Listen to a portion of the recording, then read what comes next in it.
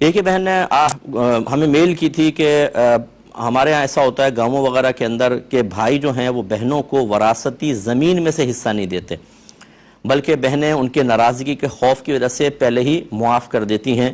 اور دوسرا یہ ہوتا ہے کہ وہ نہیں چاہتی کہ خاندان میں بھائیوں کی بے عزتی ہو اور بھائی قبضہ کر کے بیٹھ جاتے ہیں، تو ان کے لیے کیا شرعی حکم ہوگا؟ دیکھیں، مسئلہ یہ ہے کہ آپ کے خاندانی رسم و رواج ایک طرف، آپ کی سوچ و فکر ایک طرف، اور اللہ تعالیٰ اور اس کے رسول کا حکم ایک طرف۔ کوئی بھی خاندانی رسم و رواج، آپ کی کوئی تنظیمی پالیسی، آپ کے آستانے کے بنائے ہوئے رولز اگر شریعت سے ٹکرا رہے ہوں گے تو ان سب کو ختم کیا جائے گا، شریعت ہی نافذ ہوگی۔ شریعت یہ کہتی ہے کہ بہنوں کو ان کا حصہ دیا جائے اور زبردستی ان سے معاف نہ کروایا جائے۔ زبردستی دو طرح کی ہوتی ہے، گن پوائنٹ پر آپ کہیں کہ لکھو، سائن کرو، زمین ہمارے نام کرو، اور دوسرا یہی ٹارچر کرنا کہ ان کو غصلی نگاہوں سے دیکھنا، پاؤں پٹکنا اور ان کو تانے دینا کہ تم لالچی ہو، تم بھائیوں کا خیال نہیں کر رہی، اور بہنیں اس خوف کی وجہ سے سائن کر دیں تو یاد رکھیے کہ بہرحال جب آپ نے مرضی سے سائن کیا، زمین مطلب بظاہر قانون کے اعتبار سے تو ان کے ہاتھ میں چلی جائے گی، لیکن ایسی زبردستی کرنا ٹھیک نہیں۔ اور اگر آپ شریعت کو دیکھیں تو شریعت یہ کہتی ہے کہ کوئی بھی وارث تقسیم وراثت سے قبل معاف کر ہی نہیں سکتا ہے، پہلے وہ بہنوں کے حوالے کرنا ہوگا۔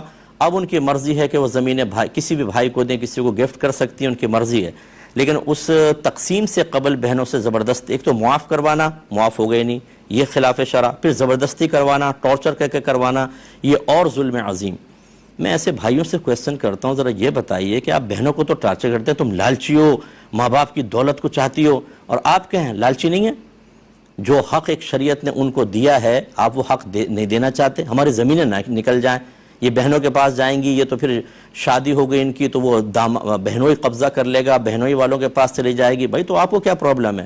اللہ تبارک و تعالیٰ جس کو چاہے اپنی سلطنت میں سے کچھ حصہ عطا فرمائے۔ آپ کون ہوتے ہیں کرنے والے؟ اصل مالک تو اللہ تبارک و تعالیٰ۔ نبی کریم صلی اللہ علیہ وسلم نے ارشاد فرمایا جو کسی وارث کو وراثت سے محروم کرے تو اللہ تبارک و تعالیٰ اس کو جنت کی میراث سے محروم کرے گا۔ تو اب آپ کی مرضی ہے یہ 4 گز کے 2 گز کے 1 ایکڑ 2 ایکڑ کی پلاٹ اور زمینوں کو سینے سے لگا کر جنت سے محروم ہو کر میدان محشر میں ذلیل و رسوا ہو جائیں، اور یا ان کی پرواہ کیے بغیر حکم شرع کو پورا کرتے ہوئے اپنی بہنوں کو عطا کریں۔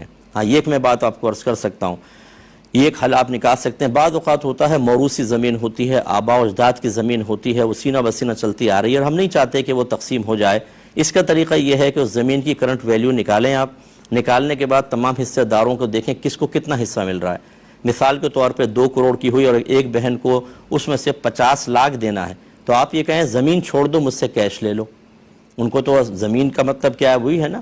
ہاں، اگر یہ بہن یہ کہتی ہے کہ نہیں میں تو خود کھیتی باڑی کروں گی، زراعت کروں گی، مجھے پیسہ نہیں چاہیے، پھر آپ زبردستی نہیں کر سکتے، پھر تو بہن کے پاس ہی آپ کو کیا فکر ہے۔ لیکن بہرحال اگر بہن صلح پہ راضی ہو جاتی ہے تو زمین آپ رکھ کر پھر کیش دے سکتے ہیں، لیکن زبردستی کر کے لینا، نفسیاتی طور پہ مروب المتاثر کرنا، یا معذاللہ یہ کہنا کہ ہمارے خاندان کو تو رسم و رواج ہی یہ ہے کہ لڑکیاں اپنا حصہ چھوڑ دیا کرتی ہیں، ایسے معذرت کے ساتھ لفظ استعمال کر رہا ہوں، خلاف شرع اور بیہودہ رسم کو ختم کرنے کی ضرورت ہے۔ اللہ اس کے رسول کے احکامات کا نفاذ کرنا اور خوشدلی کے ساتھ کرنا، یہ وقت کی ضرورت ہونی چاہیے۔